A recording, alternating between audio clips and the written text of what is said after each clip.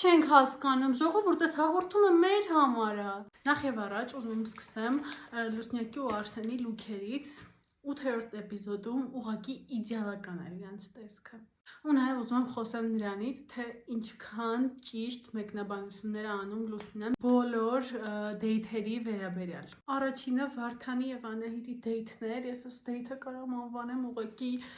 երկու մանիպուլյատորների դեյթ։ Ինչի, որովհետև էլի Վարդանը եկավ, դե դու գիտես, ես բոլոր աղջիկների հետ դեյթերի ժամանակ վերլուծություններ եմ անում, դու էսպեսն ես, այնպեսն ես, դու կարաս լինես, բայց դու ցույց ես տալ։ Ինձ այդ ամեն ինչը ուղղակի հիշեցնում էր, սենց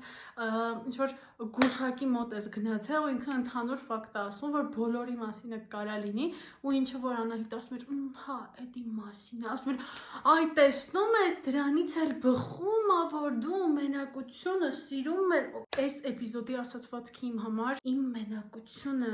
լիություն է։ Ուղղակի չգիտեմ, շոտ ինչ-որ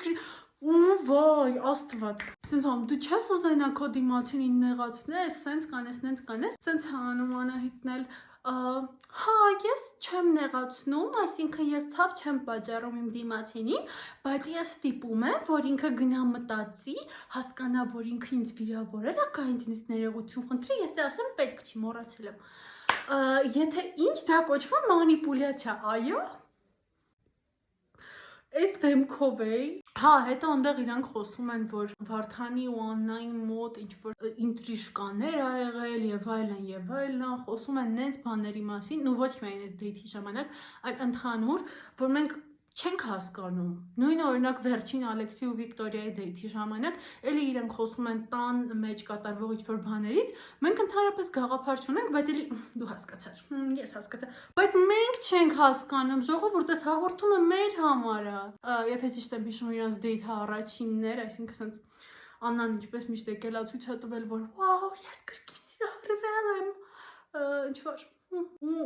Վարդանն էլ տենց համտածե, հետո ինչ-որ սենց